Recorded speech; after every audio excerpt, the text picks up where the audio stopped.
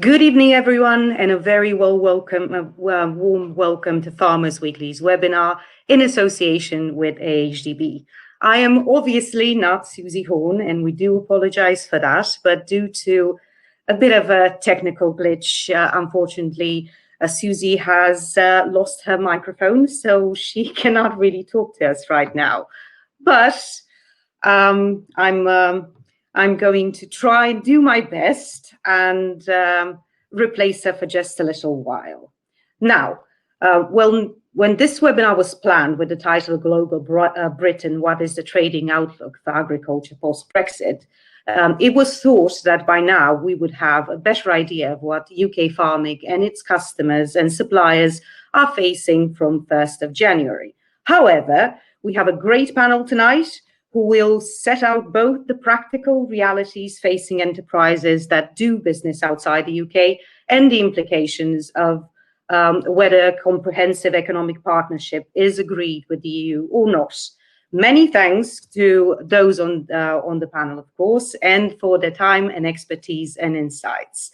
They are Dr. Phil Hadley, AHDB's International Market Development Director, Mary Quick, a farmer, also exporter from Devon, from a Devon-based cheesemaker called Quicks, Rizvan Khalid, Managing Director of Euro Quality Lambs, Craven Arms, Sarah Baker, AHDB Senior Strategic Insight Manager. Each of them will make a short presentation and then we'll open up the discussion. You can ask a question at any time by typing it in the box at the foot of your screen, then I'll direct them to the panel. We already have a lot of questions, but don't hold back from asking more. We will also be running a couple of audience polls, so please submit your answers when those appear on your screen. The webinar is expecting to last for about 1 hour, 15 minutes, and afterwards it will be available on demand, and you'll be emailed to tell you when it's ready for viewing. Well, without further ado, I am just going to ask Phil to start the discussion. Phil? Okay, thank you very much. I'm Phil Hadley with AHDB, International Market Development Director. Delighted to be here this evening. I have just a short presentation of 3 slides which should be loaded on your screen right now. Thank you very much. That's perfect. I won't comment broadly on those slides, but what I'll do is I'll talk around them and over the next 5 minutes, just talk about the successes that UK exports has had. I'm going to focus on the red meat sector, but of course I'll talk about or touch on some of the broader sectors as well. Of course, AHDB is an organisation covering the 6 sectors. We have a focus in certain sectors on exports, and Mary will more than adequately cover the dairy sector, so I won't touch on the dairy sector in any great detail, but of course we have a vibrant seed potato export market as well. But as I say, in the short time I'll focus on the red meat side of things. So as AHDB as an organisation, we take a very active role on the export front. It's critical to our stakeholders' business success for various reasons, and in the red meat space it allows us to access high value markets, it allows us to balance the carcass, but really extract the maximum value from each individual animal, which is good and passes value up and down the supply chains.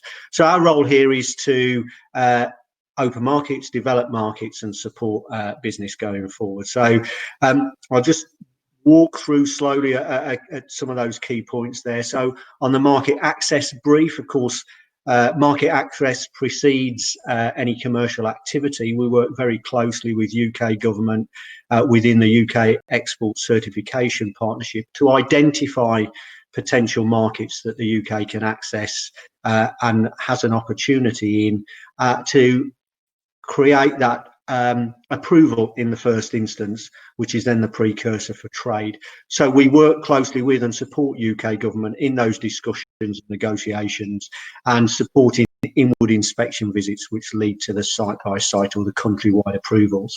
And an example of that, if you could just move back to the first slide, please. You're getting ahead of me. An example of that would be the recent wins we've had, both for beef. I'll use 2 beef examples, but the recent approval for beef to the US, and in fact the first beef from the UK went to the US very recently within the last 6 or 8 weeks, represents a £66 million market opportunity value over the next 5 years. And China beef approval was just a little bit ahead of that. Commercial shipments yet to start, but are worth approximately 230 million over the next 5 years, to give you some idea of the scope and the value of those markets. So US beef and China beef are new markets that we've recently successfully opened in partnership with government. We conduct trade missions, both businesses from the UK going out to those overseas markets to promote their products and raise awareness and build the reputation, but also inward visits in terms of trying to develop the trade and demonstrate what UK Agriculture PLC can offer and our USPs around environment, grass, high welfare, sustainability, etc. We have a broad trade show calendar spotting key event opportunities in our strategic markets. So trade shows where we provide a base for our exporters to use as a platform, enabling them to access the market and key buyers within those regions. And we target a number of key strategic markets. So a very full trade calendar over the year. Of course, that's been curtailed somewhat this year with COVID and the inability to travel. Lots of those trade shows have been postponed. So I'll come on to some of the activity we've done in the meantime to mitigate some of the damage of that slowdown. And we also have a significant in-market representative presence, so supporting that trade.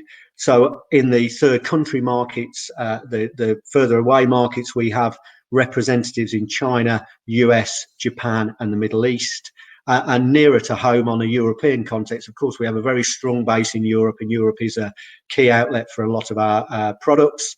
We have a base in France and an office in France, but from there we have representatives in the key European markets of Italy, Portugal, Belgium, the Netherlands, Germany and Poland. So a good footprint across Europe, representing really the fact that Europe has been our firmest bread and butter market in the last many years. And in order to grow these market access success, we work closely with the UK government offices overseas, such as embassies and FCO type offices, to leverage their expertise and in-market presence, which is important, their in-market intelligence. We have a Brussels office, which works looking at EU policy and the impact that may have on our standards, trades and requirements. That's going to become even more important as we become a third country in order to understand the impact of EU decisions on our ongoing trade. If you could move to the next slide, please. So in terms of our continued export success, this graph here paints a picture. And the key message I want you to take away from that is that our exports have been growing year on year. So that's good news.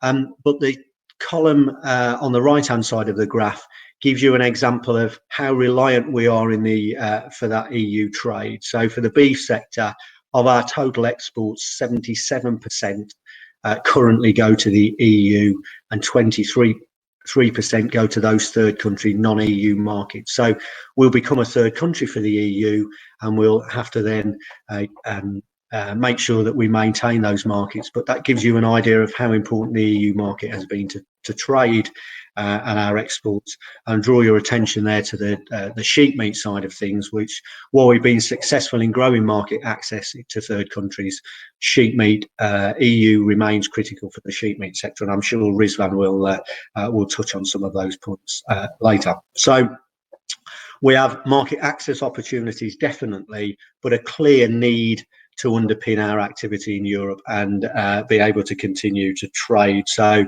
third countries remain important, but the EU is arguably critical, and the sectors are reliant on that to a greater or lesser degree, and sheep meat being the obvious one there. Next slide, please. So in terms of our activity, I've touched on some of those key markets in terms of where we're focused, and you can see an example of a trade stand there. That's a Nuga in Germany from last year. That activity, of course, curtailed because of COVID. So we have done a number of activities, including lots of webinars and business-to-business type meetings to promote our activity. We have developed a video, and point you to that, following that YouTube link, about developing our reputation in those overseas markets, as well as continue to push the market access in some of those third countries. In terms of thinking about what the key steps are now going forward, clearly we want a deal that doesn't include tariffs, because that would potentially create difficulties in the marketplace in terms of price. We will certainly be a third country status, so we'll trade with the EU in much the way that we trade with Asia or the US, for example, requiring veterinary health certification and checks.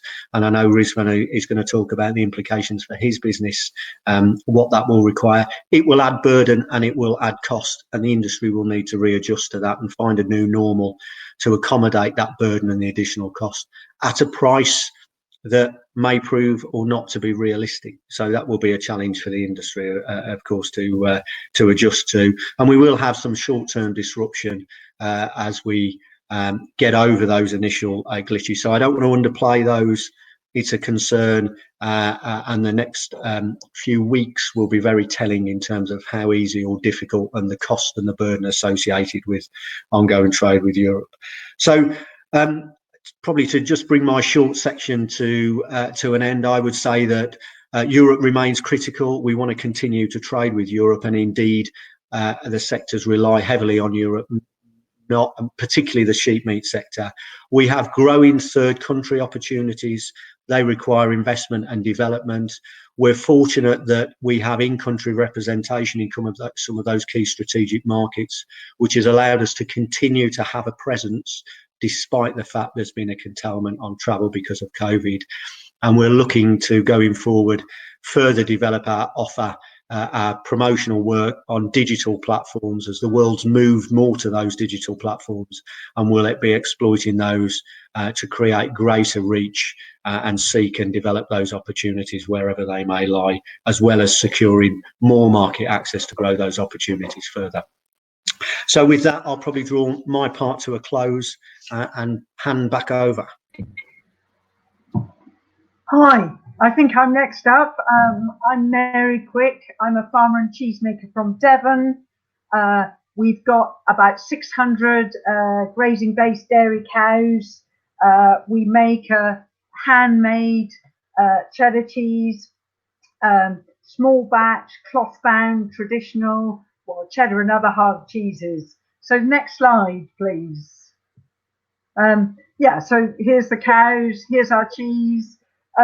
So in terms of where we sell our cheese, I mean, this year our sales have just dropped by 60% because we're very, very heavily reliant on food service. In the normal course of events, we will be selling about 40% of our product to UK independents, about 40% will be exported, and about 20% will go to supermarket deli counters.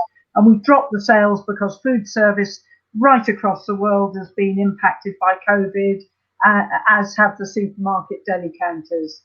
So, you know, we've had some build up because of UK online, you know, people reaching out to buy our cheese, but actually it's been, you know, and where the drop in the exports have come from is partly COVID and that brutal impact on food service around the world.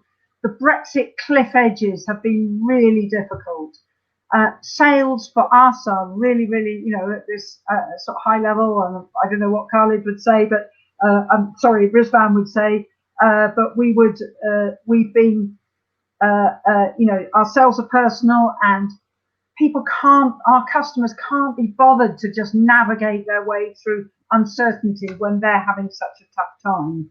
We've also had US trade tariffs. Our main export markets have been the United States and Australia. It's really not clear to us as we go forward whether those sales will continue, whether those continuity agreements will actually be able to achieve them. The government says that business isn't ready. Well, we feel we've got absolutely as ready as we can be. But, you know, the brutal uncertainty of what tariff regimes we're likely to be in, we will be in, you know, we just don't know. We have, of course, got some new scope in, you know, Japan and Canada, but those have historically been very, very tiny markets for us. And this lack of clarity in the big markets is starting to affect us. So, we've had this awful year with COVID, and it feels, the COVID truck hit us, and now we're going to be sideswiped by the Brexit bus. We've been doing a lot of innovation. We've been cooperating with a Bavarian cheesemaker making something called Alpen cheddar, sending our cheese over to them to mix it into their cheese, and they've been sending it back. I fear we might be hit by 2 sets of tariffs, which will be, yes, I just hope we get a deal with our government. Please get on with sorting it out. So I think that I can hand on now to Rizwan Khalid.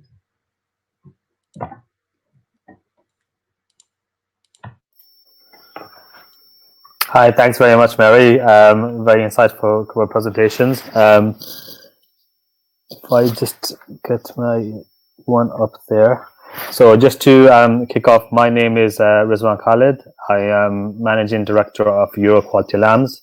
So my family's been in the meat trade since the 70s, and we've been in here in Craven Arms since 92.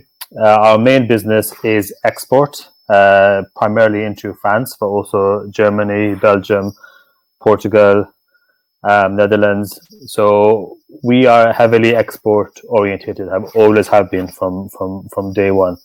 And so just to, I want to touch upon where the opportunities might be from Brexit, but then talk about the practicalities of it as well. So if we just go on to the next slide, please. So in terms of the opportunities, AHDB have done quite a lot of work already in terms of exploring where the opportunities might be for lamb around the world. So we already have the Middle East and Canadian markets open. So in the Middle East, that's Saudi Arabia, Bahrain, Kuwait, Qatar, UAE, Jordan as well. So this is a high disposable income, majority of them are high disposable income, and lamb is a staple diet, and they traditionally import a lot of product, particularly from Australia and New Zealand. So there has been some opportunities over there. However, the freight getting over there is very expensive and prohibitive. Canada is also open, and there has been some good developments there over the years. There is some opportunities in some of the more recently opened markets, such as Japan, Philippines. The next point, please, Laura. But there's bigger potential in the US and China markets. These are not open at the moment. I know beef has recently gone over to the US and they're working on beef with China. There is more opportunity over there. Generally, on a global stage, British lamb has got a good offering, but it is a premium product, it's an expensive product. And there is potential to tap into the higher disposable income segments of these markets. So we're waiting for those markets to be open. Next point there, please. However, and Phil alluded to this as well, is that because the proximity and again the high disposable income, the EU market will remain the key export market for British sheep meat, and it's crucial to get a deal, first of all, with no tariffs, but also beyond that, and it might not be the scope of this agreement, but is to minimize all the non-tariff barriers, which I'm going to talk about a little bit in the next slide. Next point. And just back there, please, Laura. Yeah, just a side point as well. There is also a potential from a protein market perspective. There's a potential threat from cheaper imported proteins when we do conduct the trade deals with the US and in Australia as well. Beef and chicken in particular from the US, and Australia, beef and lamb.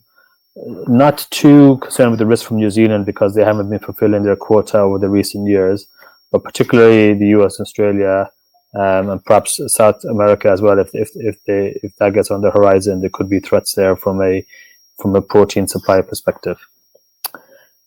Next slide. Now, this is the key one that I want to just talk about the practicalities, and this is regardless of whether there's a deal or no deal. The sheer practicalities of how we move product from the UK into the EU. So there's some steps that you have to take once to sort of be in the game, shall we say, to do this. You have to get EOI registration, which is an economic operator registration. That's to allow you to even start to trade. You have to be on the approved establishment list with the FSA. Relatively straightforward, those two. Next point, please. So there's been a new health mark, which is, instead of the old, in our case, we had UK 4451 EC. Now it's purely going to be either GB 4451 or United Kingdom 4451. There's an option, and there's different ones for Northern Ireland as well. For practicality reasons, I see more traders using GB because United Kingdom does not print very well, particularly when you're applying them on the carcasses. So they transition, because we cannot even start to use a new health mark until the 1st of January.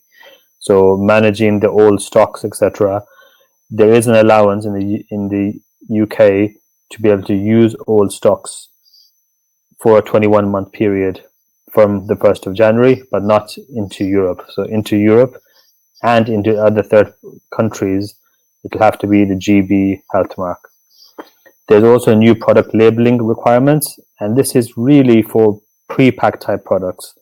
So anything that's going to go to the final consumer has to have an EU importer's name and address on there, and the origin marked with the UK.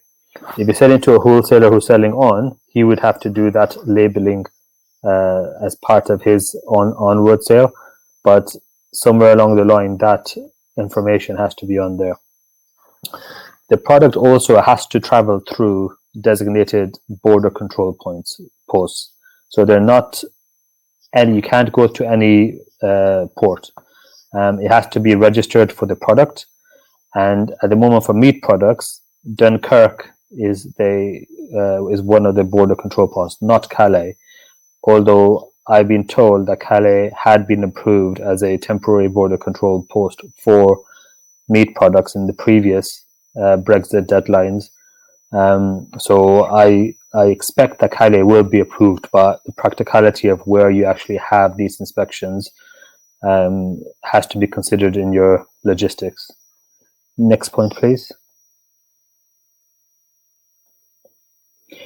And every consignment has to have an export health certificate. It has to be signed by approved vets, and they have in the past, this was quite long-winded in terms of getting these certificates through Carlisle, but now there is actually a much better online application system, which we've been through. We've had demos. It looks reasonably user-friendly. However, we cannot test it until 1st of Jan, and there's a concern of, is everything going to fit together by the 1st of Jan. The other practical issues that we have on the export health certificates is that even the OVs at the moment, they haven't signaled how they're actually going to do it. Do they have to be here throughout the loading process? I mean, we start loading early in the morning at 4:30 in the morning. Or can they be there towards the end of the load before the seal is applied and certify the product from the previous day? I suspect much of that will depend on what the conditions are in the export health certificate. And this is the point I raised there about 40-day residency. The current export health certificate for the EU, between the UK and the EU for ovine, has a condition in there that there has to be a 40-day residency period for sheep at the last holding before you can move it to EU. You can go via market, but it needs to be at 40 days at the previous holding. Now, again, I've been informed that that condition was removed at the last Brexit date, so I'm hoping it will be the same. But if it's not the same, that will have a big impact on even what sheep you can buy in the livestock auctions to meet the requirement, because the vets have to sign off on these conditions. And if that condition remains in there, then again, that's an extra standard that needs to be complied with. And so alignment with standards from our perspective to the EU is really important going forward.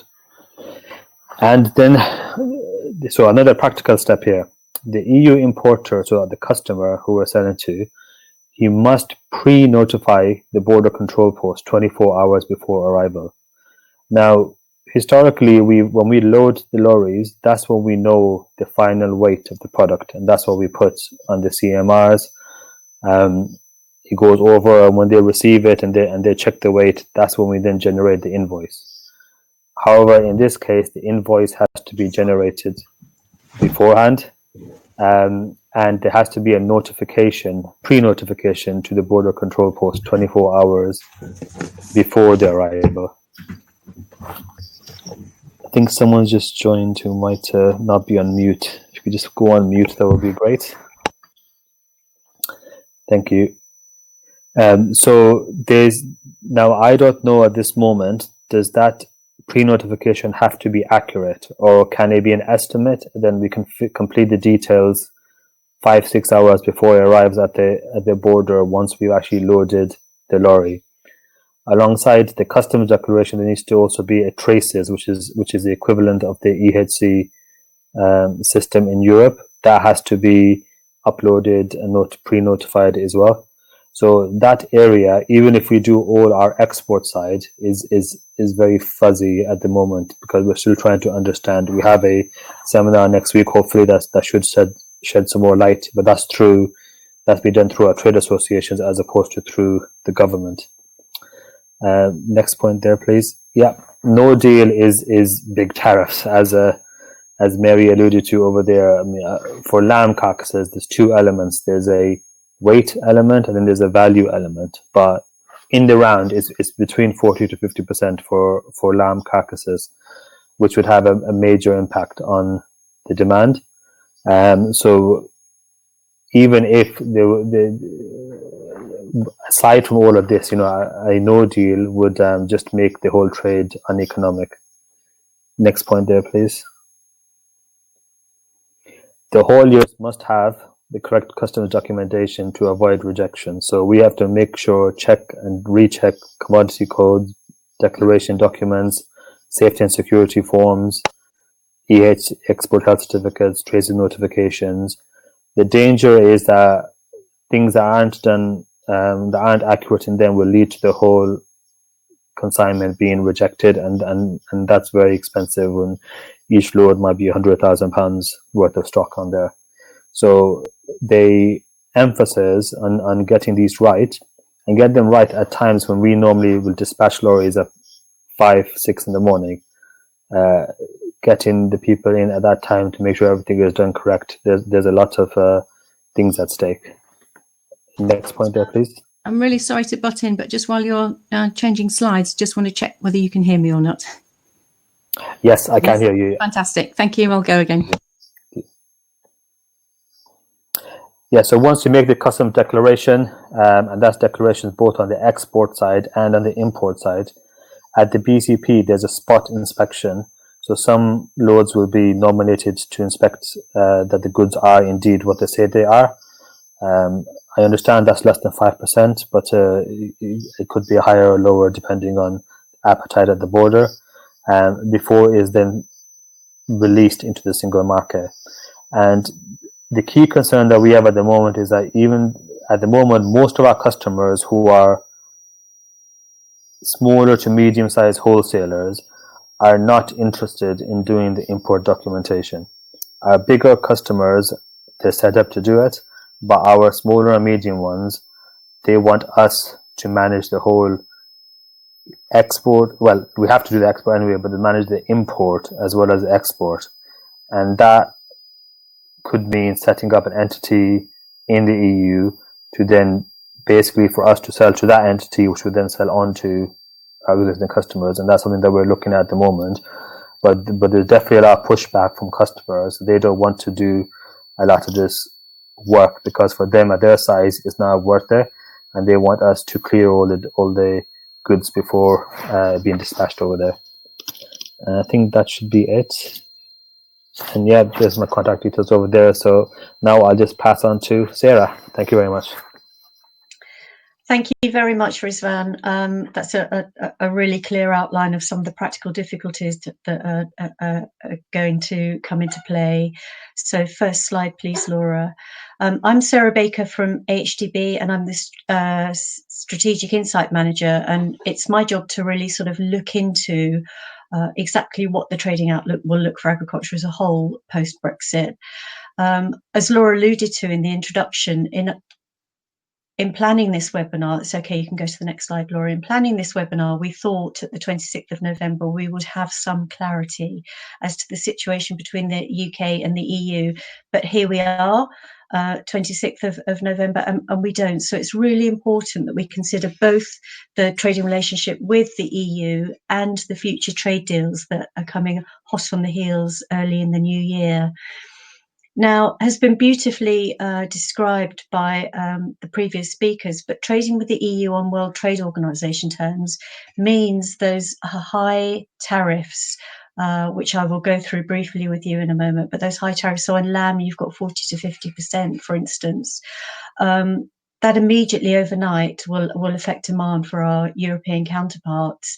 In addition, whether we have a deal or whether we don't, we have this trade friction.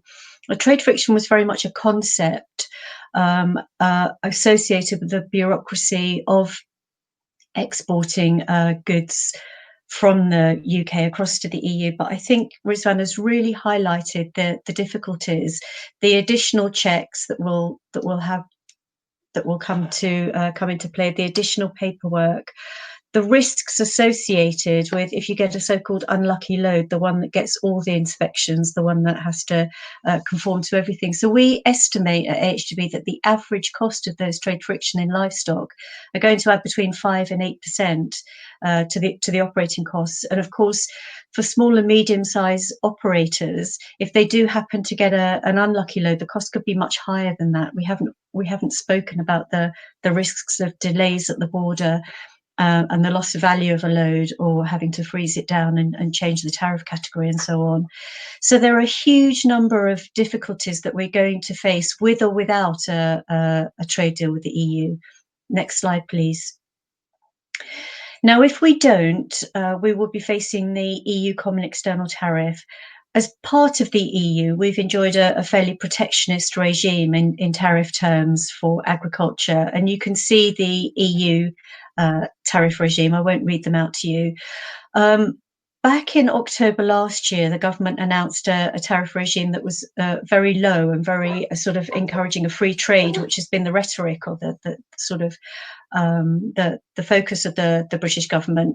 But since then, in response to some of the lobbying organisations, they have now introduced a UK global tariff, which for agricultural products does represent a degree of protection. So they've pretty much mapped the European Common External Tariff across. They've just slightly simplified, so they've rounded it down to the nearest 10%, and they've taken some of the detail out of it, but you can see there that the tariffs are still substantial. So for Mary and her sector, they're between 40 and 70%, depending on the product that she's choosing to send across. For Rizwan, as he so rightly said, 40 to 70%, and for carcasses, around 40 to 50% for those lamb carcasses going across the EU. So they are considerable. Next slide, please. In addition to that, hot on the heels, you've got these trade deals coming up. So US was probably first out of the blocks in terms of negotiating, but because of the recent election and the change of administration, as and when it happens, means that Australia and New Zealand are probably likely to come to fruition before America now. So Australia probably first, closely followed by New Zealand, and then the US somewhere further down the line, and then possibly Canada. So we've got this sort of two-tier effect. We've got the end of the transition period on the 31st of December, whereby we will have a situation either with or without a deal with the EU. And then during 2021, we will have a series of new free trade agreements coming in from other countries. Now, all three of these countries are major agricultural exporters, and they're major global players on the international trade market. So what does that mean for UK agriculture? Well, our analysis has been very much focused on exactly what the impact of with or without a deal with the EU will look like, and we studied the UK global tariff in detail when it came out. And basically what it's saying with that degree of protection is that if we are a net exporter across to the EU and we're facing those very high tariffs, then you can expect a depression in the domestic price. So sheep meat, we foresee a significant drop in the region of 25% in prices immediately. However, for goods that we are a net importer, and that includes pigs and potatoes and beef, there's an opportunity there for domestic producers to displace that that imported product in the relatively sort of short to medium term, and therefore you could see slight price rises. But what you have to bear in mind with that UK global tariff on the import front, not on the export, because the EU common external tariff is set in stone. We become a third country. In the absence of a free trade agreement, we will face those tariffs.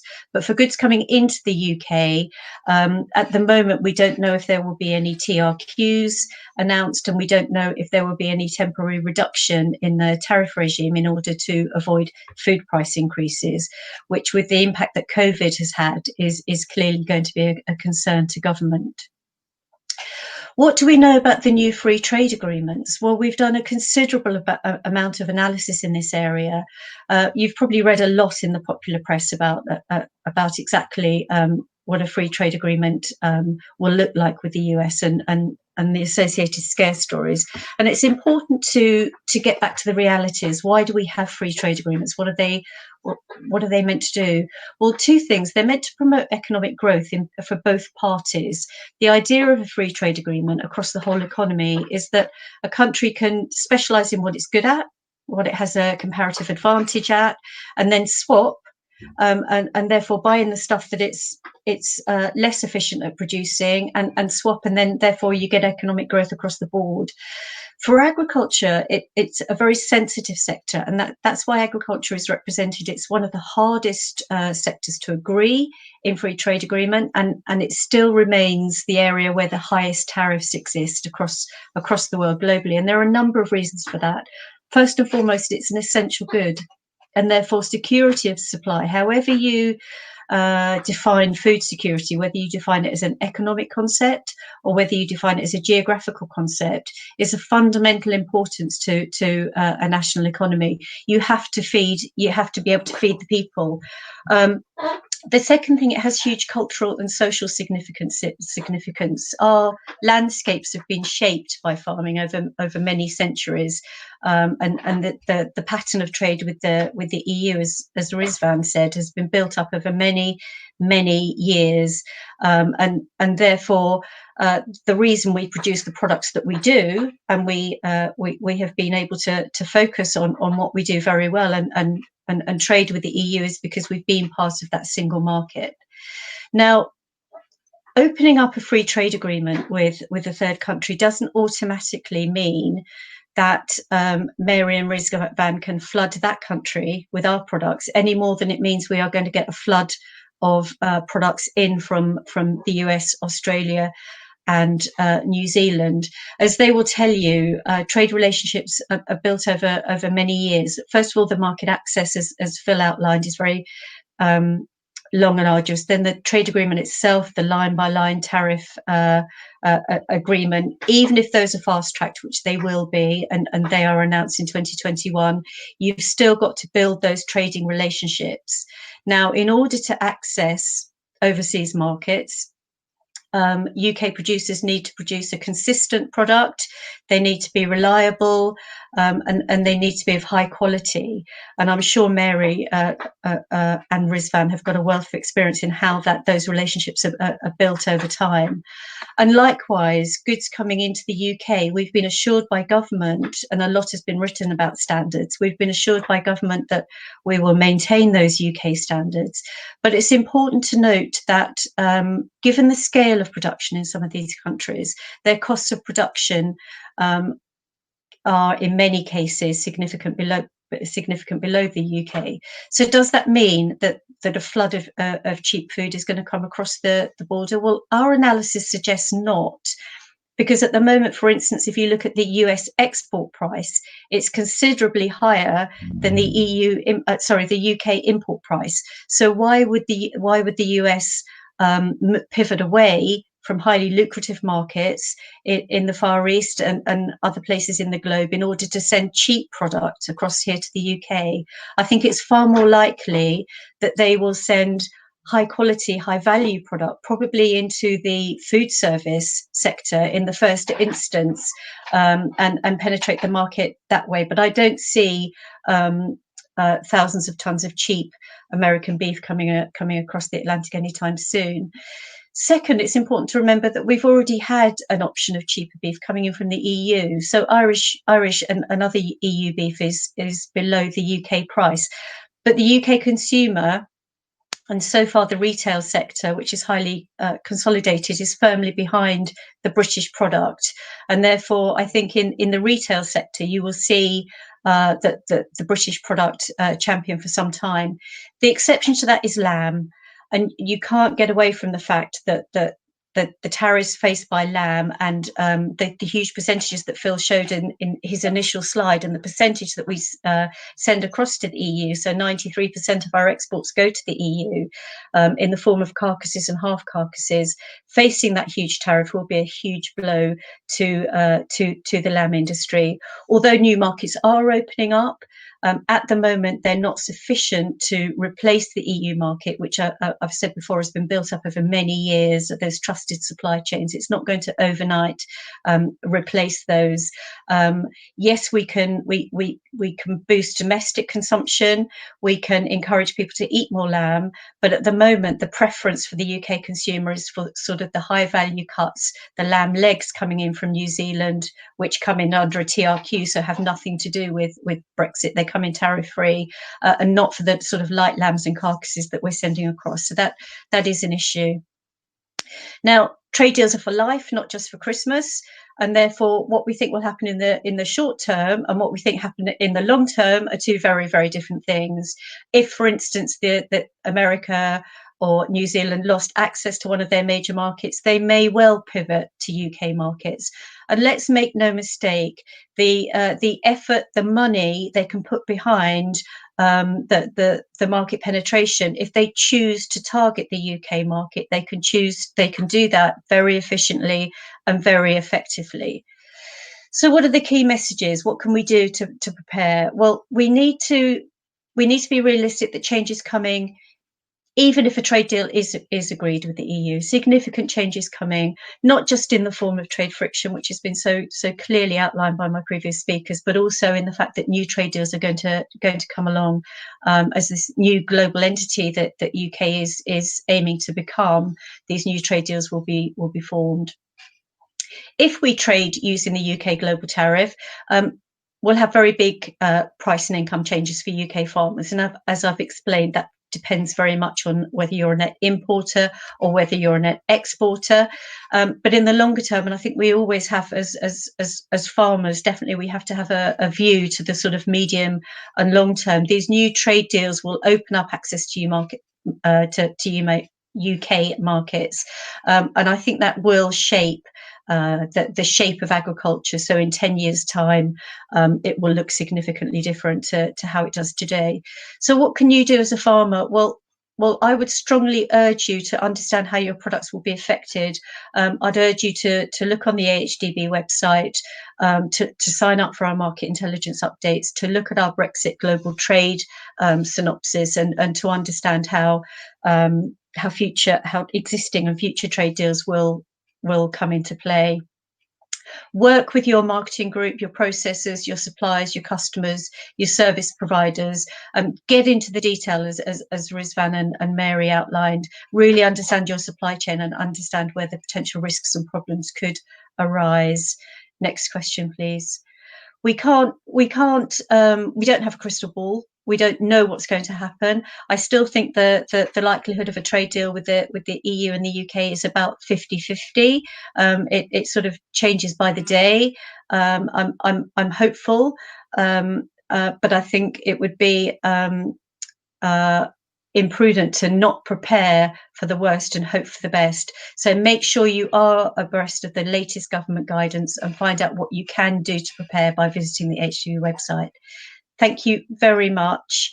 I will just hand back to Susie now. I think Susie is online, and Susie's going to chair our attendee questions. So if you do want to put any questions on any of those presentations, please put them in the chat. Thank you. Thanks very much, Sarah. Thanks, everybody. And many apologies for the technology failure. Not sure what happened, but we've unearthed my son's very ancient laptop, which is abandoned after he left university. And hey presto, I had a little bit of help, and somebody managed to get me into this. So sorry for the upsets. Right. Well, we've heard lots of food for thought. Some of it a bit scary, some of it a bit hopeful. So we'll go straight into the questions, because we have had a lot of questions from the people who've registered to attend.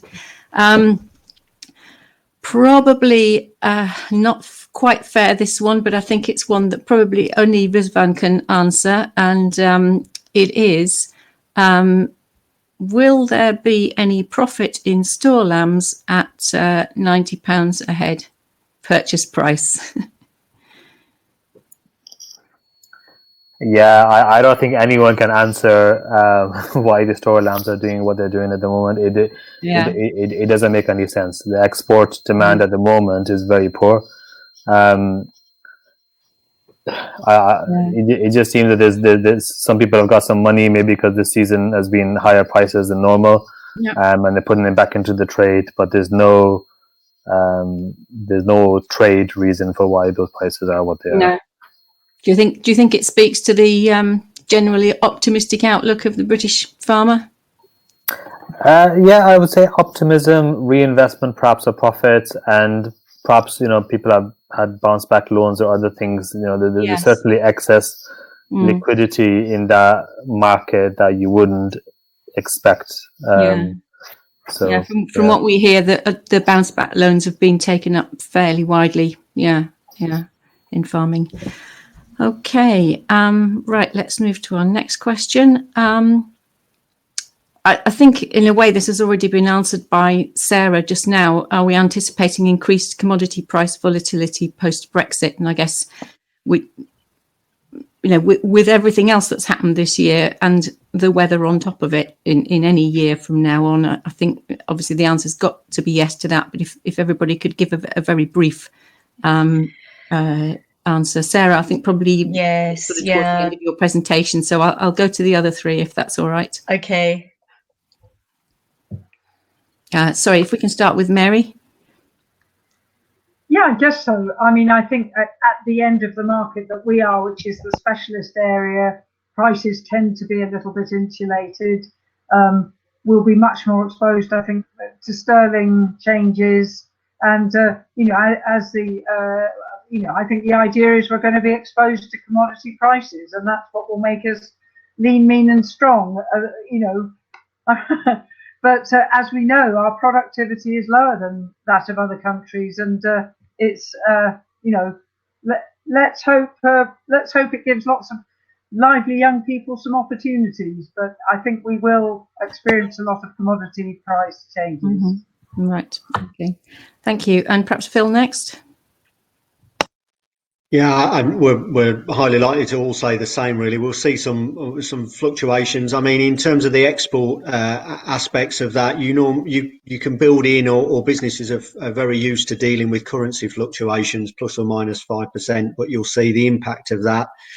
You'll see the impact of additional cost and burden. And potentially additional hidden costs within that. So yes, we'll definitely see price volatility, and the unknown aspect there about whether sterling becomes more volatile against some of the major other currencies as well, which might mean that the extremes of that currency fluctuation get even greater. Thank you. And Rizvan? Yeah, I agree with the above. It's important for businesses to have reserves, to have a buffer, because we just have to be ready for everything. We have to be resilient at this time. And I think we will emerge more efficient, but it's about how long will that process take before we get there. Okay, thank you. And big question, this next one, on combinable crops. The person's asking, WTO rules and likely trade deals are not going to stop GM soya and neonate treated oilseed rape entering the UK. If other countries can use technology denied to us, imports will be cheaper.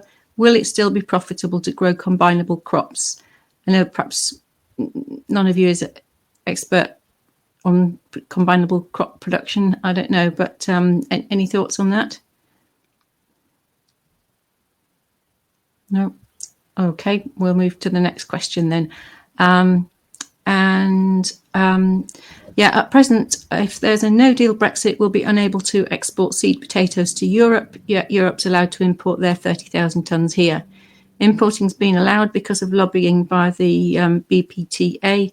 What's AHDB doing to make sure that seed potato growers who've paid thousands to them in levy fees have a level playing field and are able to export to Europe? Phil, I know you touched on this at the beginning of your presentation, I think, when I was trying to get sorted out. So apologies if you've already answered that question, but if you have, then please do just say. Yeah, I direct the delegate to the. We've hosted a couple of potato industry focused webinars in the last couple of weeks. Right. By my colleague Patrick Hughes. He's put information up on the website on the EU Brexit hub, which Sarah had the link to. So the information is contained within there, and there's also a couple of documents in there that would support the position that we find ourselves in effectively. So there's been a lot of work there, and there's a lot more information that I'd point the questioner to be able to establish a bit more background on that. Yeah. Okay. Thank you. And another one, which I think Rizvan definitely touched on, but if we could just run over this quickly. When the transition period ends, products of animal origin exported from the UK to the EU will need to be accompanied by an export health certificate.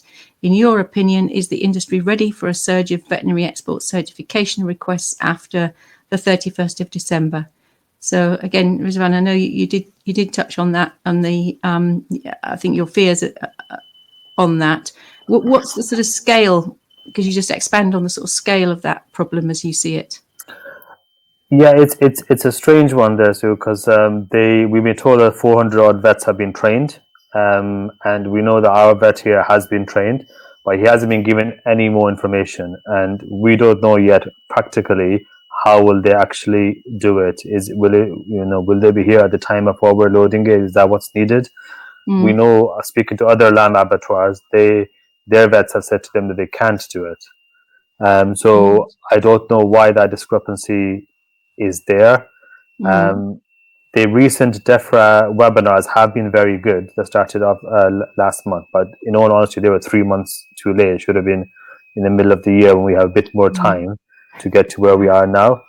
The system is there, but the practicalities of it, there's still too many loose ends. Which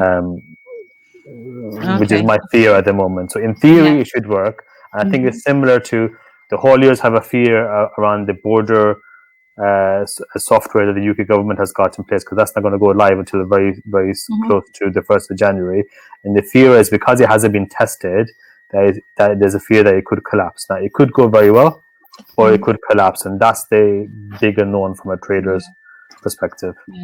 Obviously, if I can just add to that, Susie, Rizvan touched on the electronic health certificate. So what's clear is that we need export health certificates for third country markets, so non-EU markets, and have done, that's as part of the export agreements. And that generates an amount of paperwork burden and veterinary requirement, of course. That's going to go into overdrive post the 1st of January. And government have done a good job of moving that process of applying for an export health certificate online, which Rizvan referred to. But of course, the key point is that it remains untested at this point. So the peak demand for that is not tested. And I know that within the meat sector, in particular, there's concern around the availability of people to certify veterinary certificates, and that system being under strain, certainly in the early days. And because it remains untested, it has to be a question. But it's one of these areas where you don't know the outcome until it is thoroughly tested. Yeah. So we will see what the first few days brings, but it remains a concern amongst the trade for sure. Yeah. I mean, just a thought on it's not a question in the feed, but in terms of these huge lorry parks, and obviously big fear in terms of fresh produce, whether that's meat or vegetable and fruit produce, being held up because until the system gets properly underway. Can you insure against the risk of loss of product as a result of those delays? To Rizvan, really, and perhaps Mary. So, I mean, we have been used to producing carcasses one day, selling it, dispatching it, in the following morning, so that it's there in the wholesale markets for sale that evening. We had an advantage over the Irish in that we always had a day's extra shelf life because it took them longer to get there. We will most likely lose that day. I hope we don't, but that's the fear.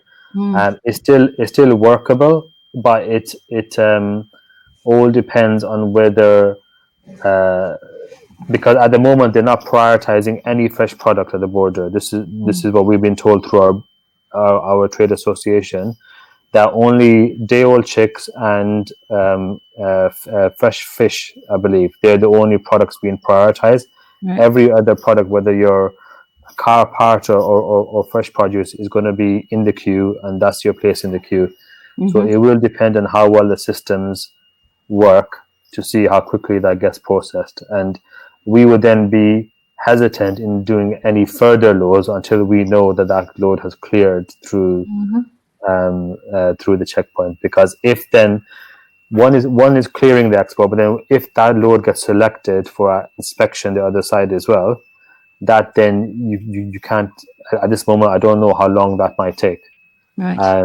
We really lose another day just because of that inspection, which isn't on every load. Phil might know better than me. My understanding is it might be like less than 5% of checks, but when that happens and your customer is expecting that load to arrive, it will make them think twice about ordering stock. So yeah.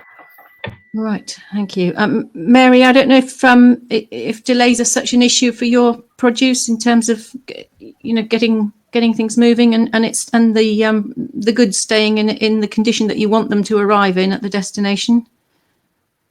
Well, as long as the refrigeration is there, our particular cheese tends to have a fairly long shelf life. Yeah. But obviously there are some fantastic cheeses which have a much shorter shelf life, and that shelf life has got to take it right through the distribution chain. So, again, it's part of that whole stickiness that we're talking about. It just makes everything more difficult, limits the viability of the products on the other side. Yeah. And just while I've got you, Mary, you may have talked about it and apologies if you did, or maybe going over old ground. Just tell me. In terms of the impact of the tariffs that the US imposed on certain EU food and drink produce just over a year ago, obviously that.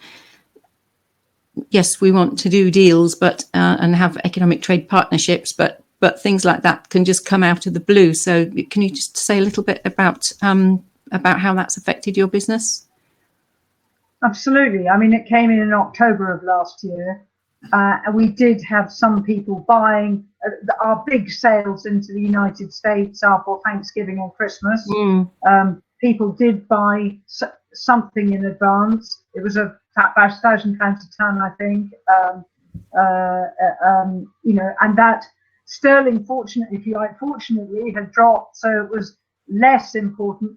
But one of the key things was the uncertainty that it provided meant that people were just unwilling to make the sales because they weren't sure what was happening. We had some customers who we know for cheeses that weren't even impacted by the tariffs, they put them on anyway.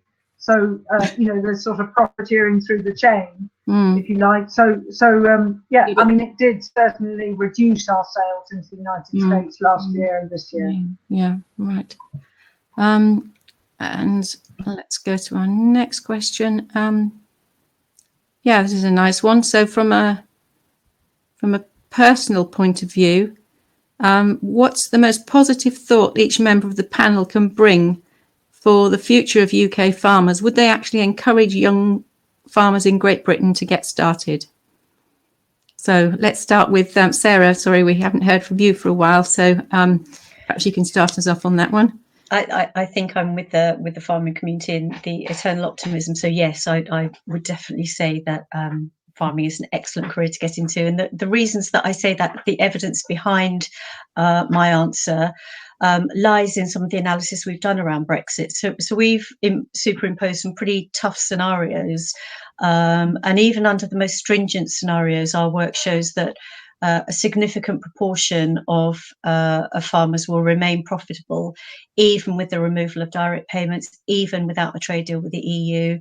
And what that tells me is that if there's a significant proportion, a sort of a significant number of farmers that can do it, and the reasons why they were doing it were not down to scale, they were not down to geography, they were 95% of the difference in performance was down to factors within the individual farmer's control.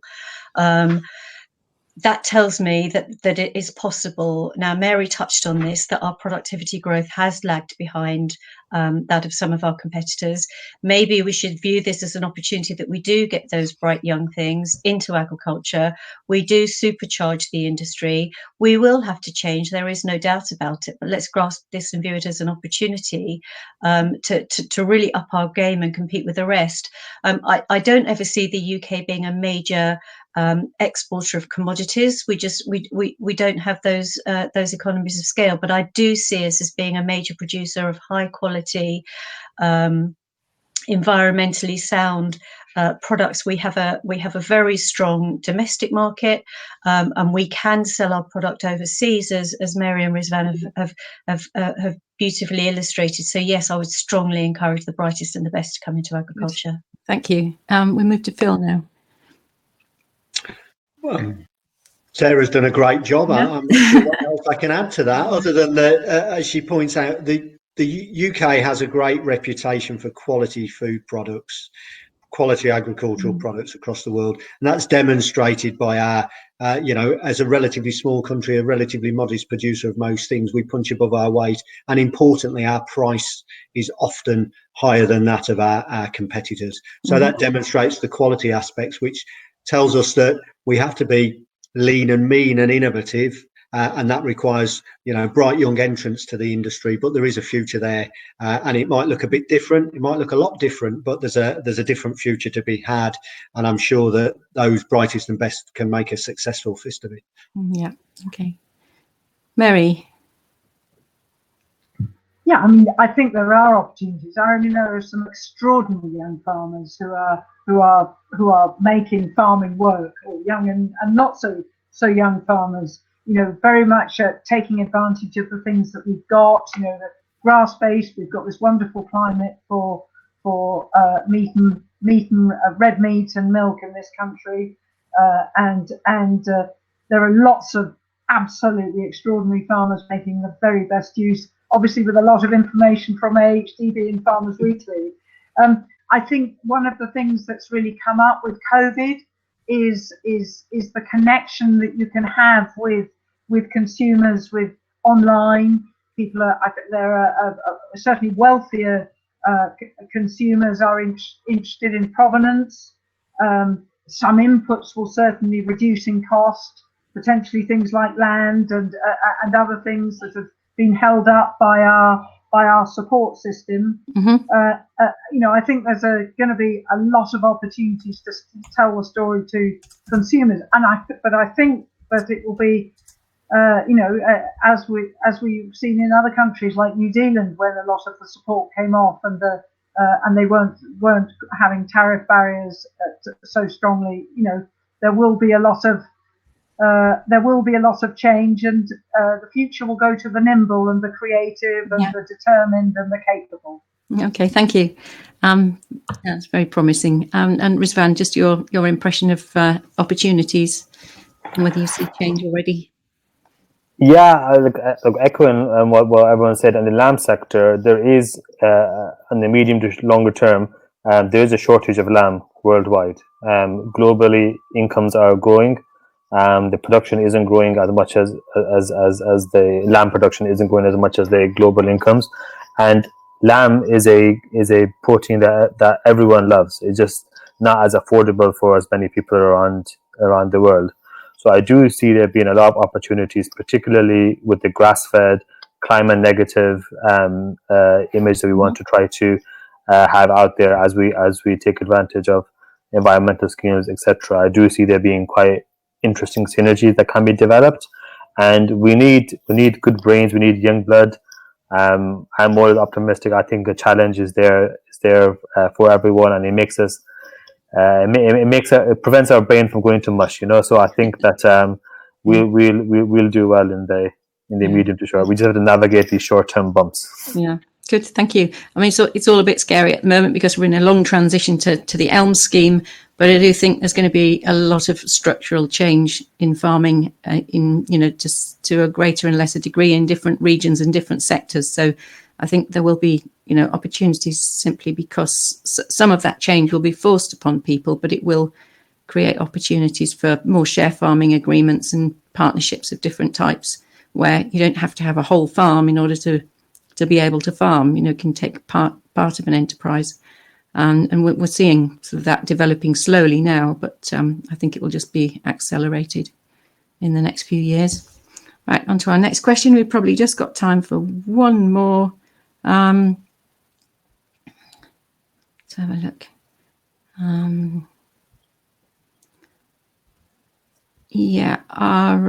So this is one about food standards. Our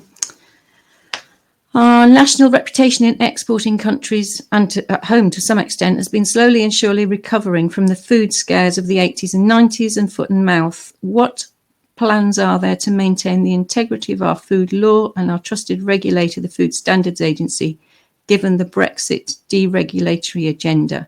So, I mean, not one that necessarily everybody can answer that question directly, but in terms of your perhaps your faith in the system and whether deregulation is going to help or harm the food standards platform that we have in the UK. Who should we start with? Perhaps go to Phil on this one first.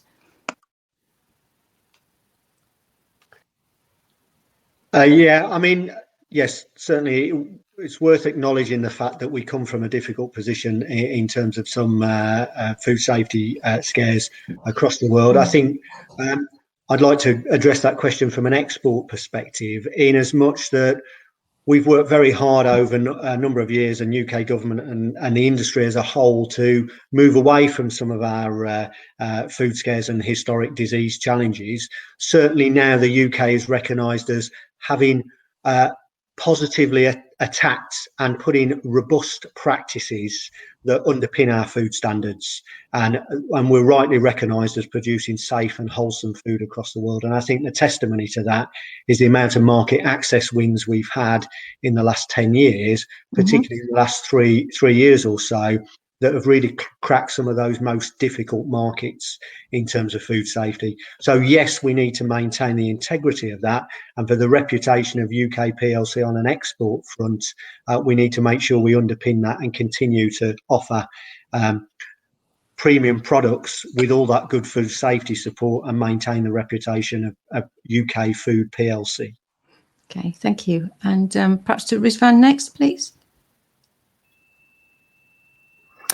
Yeah, I'd echo that. I think it is important to have high standards, and we want to market ourselves accordingly.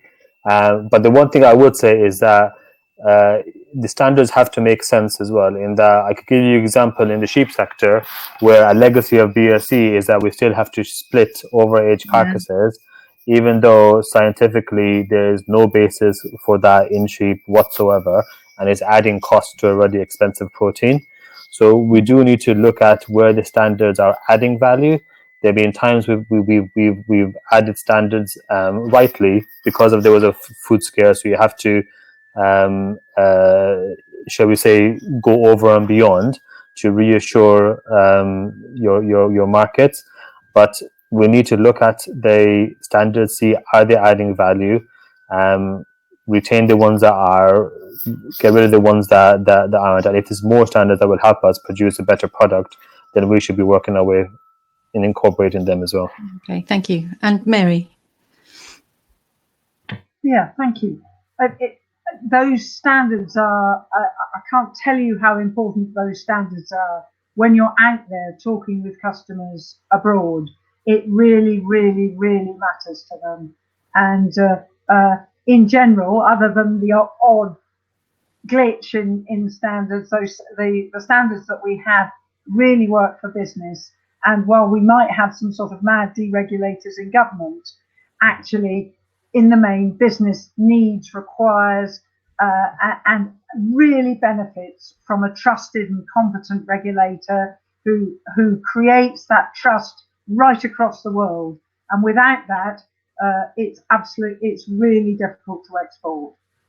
Mm-hmm. Okay, thank you. Right, one question is rather specific, and I think probably for either of the, perhaps Sarah, and if not, then Phil. How will a no deal with the EU affect importing breeding cattle from Germany?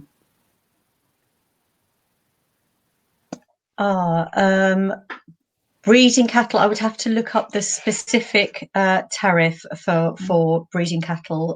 But again, if we do have a no deal situation and they are subject to a tariff, then that would make them more expensive from importing it from the EU. Phil, do you have any more detail on breeding cattle? I don't off the top of my head, Sarah, I'm afraid.